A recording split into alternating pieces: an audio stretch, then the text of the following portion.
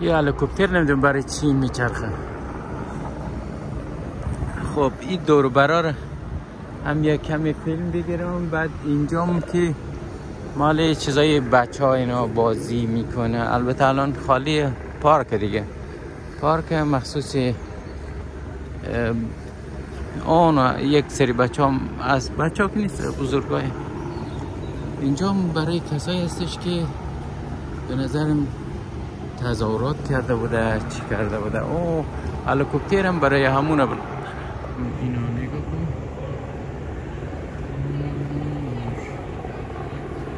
آره نگاه هلیکوپتر اینجا چیکار میکنه دیگه. به خاطر همین شلوغی ها، تظاهرات هایی که شده، خاطر همون هلیکوپتر پلیس دیگه. مثلا مواظب که یک اتفاقایی نیفته اینا. البته از زمین و هوا رصد میکنه دیگه که همه را تحت کنترل داشته باشن. به هر حال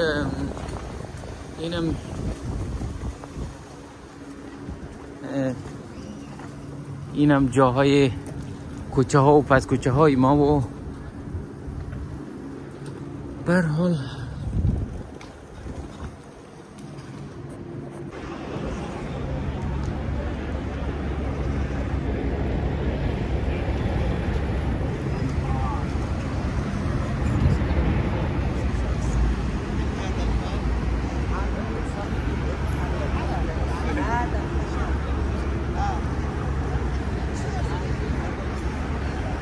اینجا مهمانخانه پارلمان هستش، خیلی باحاله.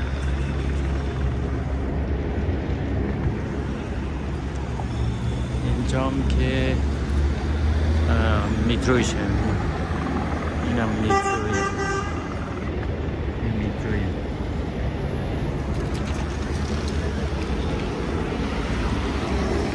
او این جمعیت برای